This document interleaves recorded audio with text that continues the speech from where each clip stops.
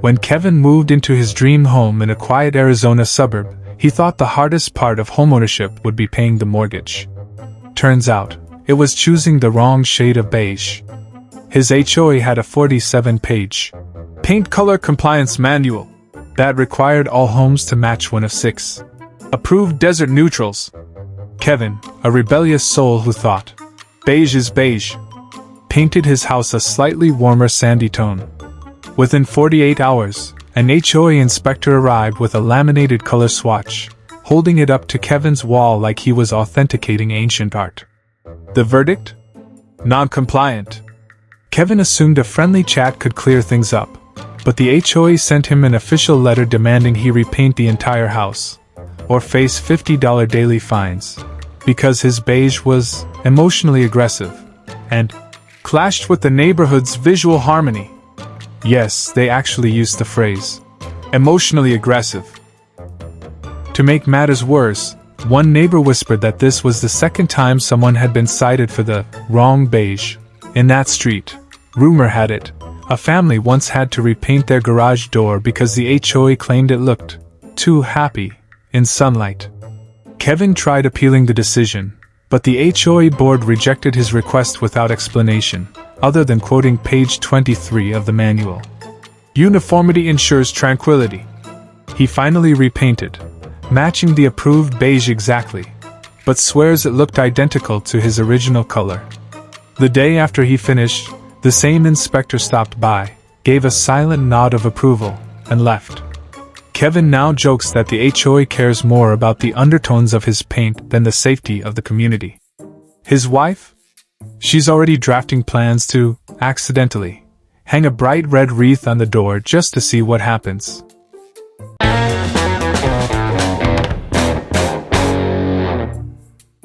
When the Thompson family moved into their sunny Florida neighborhood, they were thrilled to finally have a driveway perfect for shooting hoops with their 12-year-old son, Jake. Within the first weekend, Jake had his brand new basketball hoop set up and was already challenging the neighbor kids to friendly games. The sound of bouncing basketballs and laughter filled the street, until the HOA got involved. On Monday morning, the Thompsons received a letter that began with the ominous phrase, "Notice of unauthorized recreational equipment." Apparently, their HOA had a rule banning all permanent or temporary basketball structures visible from the street. Even a portable hoop was considered a visual nuisance that could lower community elegance. Jake's parents assumed it was a misunderstanding and wrote back, explaining it was just for neighborhood kids and not an eyesore. The reply came 2 days later. A formal violation notice with a $100 fine and a warning that if the hoop wasn't removed within 72 hours, the HOA could take further enforcement action. The family tried moving the hoop closer to the garage to make it less visible, but the HOA sent another letter saying, "Partial concealment does not equal compliance." Jake was heartbroken. His dad even offered to store the hoop and only roll it out when in use, but the HOA argued that the potential for visibility was still a breach. One neighbor confessed that years earlier, someone else had been cited for having a chalk-drawn hopscotch grid on their driveway. Eventually, the Thompsons had no choice but to move the hoop to their backyard, where the slope made it almost impossible to play. Jake still plays, but the games are now quiet, short, and played alone. The driveway where laughter once echoed now sits empty, and the Thompsons joke that in their neighborhood, fun has to be HOA approved.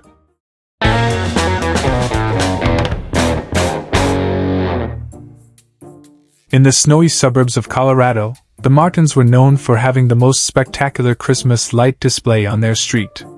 Every December, they turned their modest home into a dazzling winter wonderland with thousands of twinkling lights, a glowing nativity scene, and an inflatable Santa that waved at passing cars. Neighbors loved it.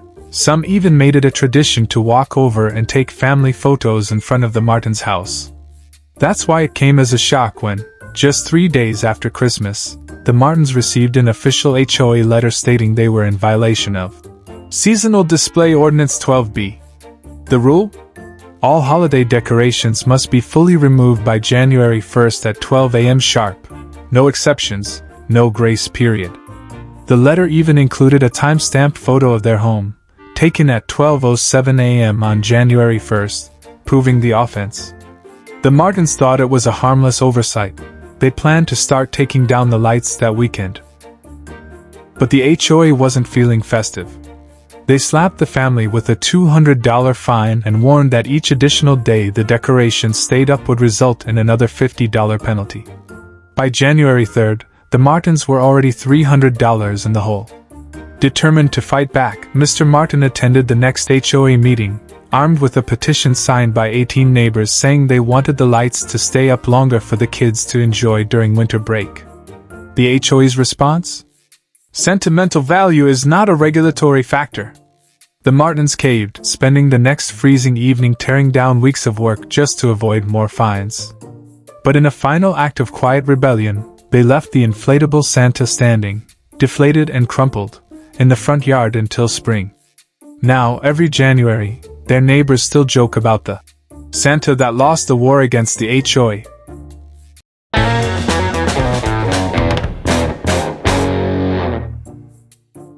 In sunny Scottsdale, Arizona, the Harringtons bought their dream home, big backyard, plenty of space for their golden retriever, Max, to run free. To keep Max safe while still letting him enjoy the yard, they installed an invisible dog fence. No posts, no wires above ground, just a hidden perimeter buried under the grass. You wouldn't even know it was there unless Max ran too close to the boundary, and his collar beeped. For months, everything was perfect. Max played fetch, chased squirrels, and greeted neighbors who passed by. But one afternoon, the Harringtons found a formal letter taped to their front door.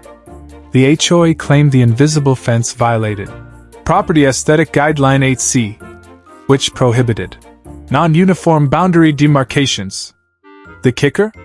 The HOA president admitted during a phone call that they couldn't actually see the fence, but said the concept of an invisible fence still broke the rule because it altered the natural flow of the community.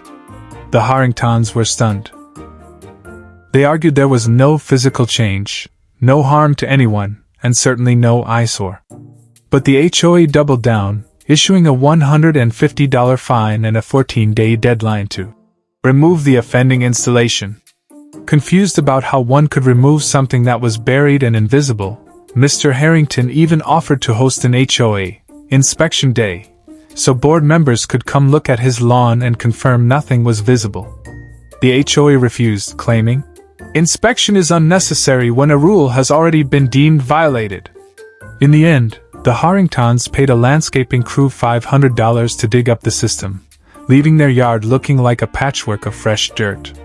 Max went back to a leash, staring longingly at his old running space.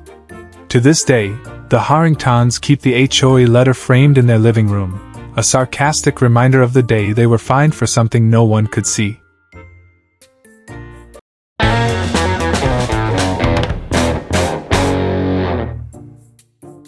In a quiet Florida suburb, the Millers decided their faded front door needed a fresh coat of paint.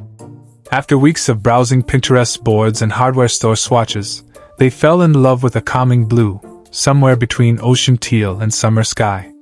They double-checked the HOA handbook, which vaguely stated that natural or muted tones were permitted, and since the color looked subtle in the store's lighting, they figured they were safe. On a breezy Saturday, they painted the door, stood back, and admired how it made their pale gray house pop. Even neighbors walking by complimented the fresh look. But just 3 days later, the dreaded HOA envelope appeared in their mailbox. Inside was a violation notice citing non-approved exterior coloration, shade 43A deviation. The letter even included a small printed color chart with the approved blue, which was only a fraction darker than what the Millers had chosen. Confused, Mrs. Miller emailed the HOA to explain the handbook's vague wording, attaching before and after photos. The reply was curt. "The board has determined your blue is non-compliant. Please repaint to the approved shade within 10 days. When Mr. Miller asked if they could simply touch up the door with a darker glaze to match, the HOA rejected the compromise, stating that partial correction is unacceptable for uniformity. Reluctantly, the Millers repainted the door, this time the approved seaside mist. Ironically, under bright afternoon sunlight, it looked nearly identical to the original shade. The kicker? 2 months later, the HOA updated the handbook to say, "Any shade of blue is acceptable," after another homeowner complained about the rule. The Millers now joke that their $120 repaint job was just a donation to the Blue Door Reform Fund.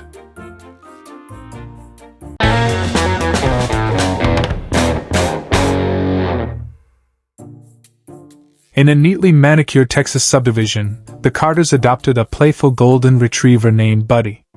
Wanting to give him space to roam without installing an eyesore of a chain-link fence, they invested in an invisible electric fence, buried wiring that keeps the dog within the yard using a collar sensor.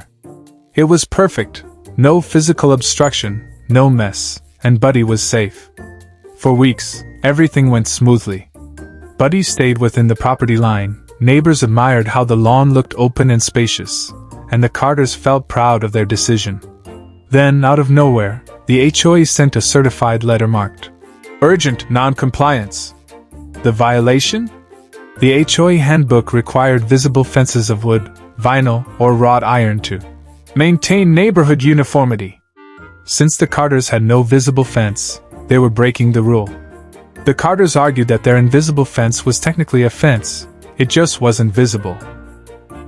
They even offered to install small decorative posts at the corners of their yard to mark the boundary. The HOA board wasn't amused. The official response read, "Invisible fences are not recognized as meeting the fencing requirement. Compliance requires full installation of an approved fence type." So, the Carters faced a ridiculous choice: tear up their lawn to install a fence they didn't want, or pay $50 per day in fines until they complied. After 2 weeks of stubbornness, and $700 in fines, they caved and put up a vinyl fence. Ironically, one of the ugliest in the neighborhood because it was the cheapest option. Buddy still wore his invisible fence collar out of habit, and the Carters say the only thing the vinyl fence accomplished was blocking their view of the street. Neighbors still laugh about the fence that wasn't there but somehow was a problem.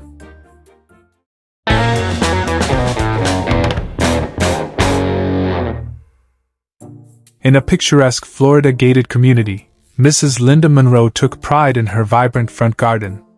Every spring, she planted rows of flowers, roses, tulips, and marigolds, that turned her yard into a splash of color the neighbors adored. This year, she decided to try something different: deep purple petunias. The rich, velvety blooms perfectly matched her front door and made the house pop. 2 weeks later, she got a knock on the door from an HOA compliance officer, carrying a clipboard. Without even saying hello, he handed her a violation notice. "Unapproved flora, non-conforming color scheme." Apparently, the HOA's landscaping guide allowed only red, yellow, or white flowers for front yards, to preserve visual cohesion. Purple wasn't on the list. Linda thought it was a misunderstanding, but when she attended the next HOA meeting, she found herself in a bizarre debate about color psychology. One board member insisted that purple flowers evoke a moody, somber tone inconsistent with the cheerful community aesthetic. Another claimed they could lower property values by introducing a dark, gothic vibe. She offered to keep the purple flowers just for this season, but the HOA wasn't budging. They gave her 14 days to replace them or face $25 daily fines. Neighbors rallied in her defense, some even planting purple flowers in solidarity. But within a month, the HOA sent landscapers to remove all non-approved blooms at homeowners' expense. Linda says it wasn't just about the flowers, it was about control. And ironically, the HOA's crackdown made more residents angry than any cheerful color scheme could fix.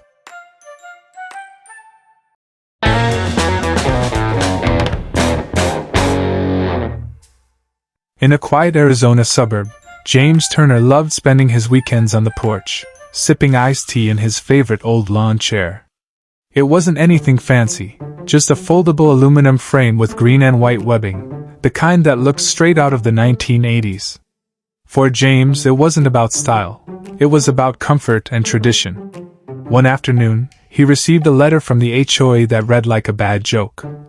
Unapproved outdoor furnishing, visible from street. According to their guidelines, all porch furniture had to be architecturally harmonious with the home's exterior. Apparently, James's chair clashed with the stucco walls and broke the visual flow of the neighborhood.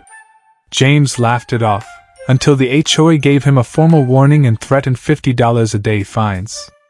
At the next HOA meeting, the debate over his lawn chair turned surreal. One board member argued that retro furniture creates a dilapidated aesthetic. Another claimed the green webbing was too loud against the neutral paint tones. James offered to move the chair to the backyard, but the HOA insisted it had to be replaced entirely with an approved seating option, preferably a beige wicker set sold by a local vendor, who happened to be the HOA president's cousin. Instead of backing down, James went full rebel. He bought 6 more lawn chairs, all in different neon colors, and placed them neatly on his porch every weekend. Neighbors started joining in, pink, orange, bright blue, you name it. Within a month, the HOA caved. The architectural harmony rule was quietly removed from the handbook, and James's old lawn chair is still there today, faded, squeaky, and now a neighborhood legend.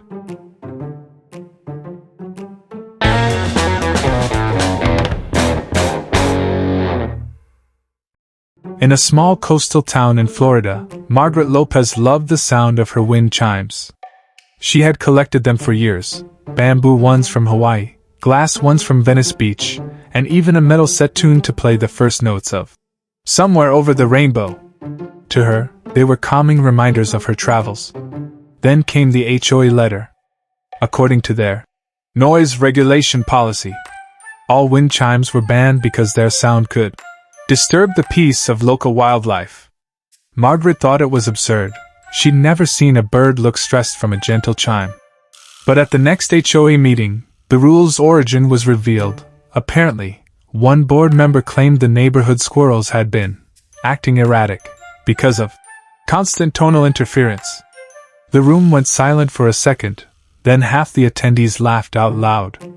The HOA doubled down, insisting the rule was about maintaining tranquility.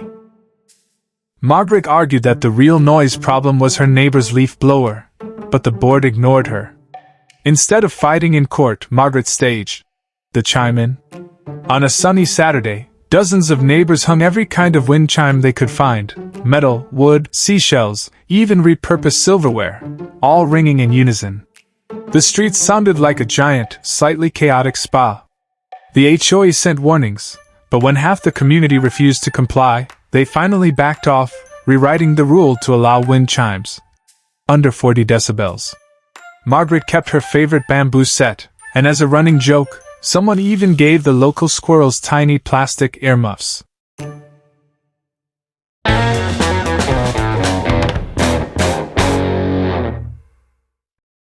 In a quiet Texas suburb, barbecue wasn't just food, it was tradition.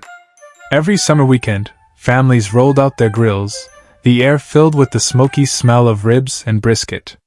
For longtime resident James Holloway, his backyard cookouts were legendary, drawing neighbors together with laughter, guitars, and plates stacked high.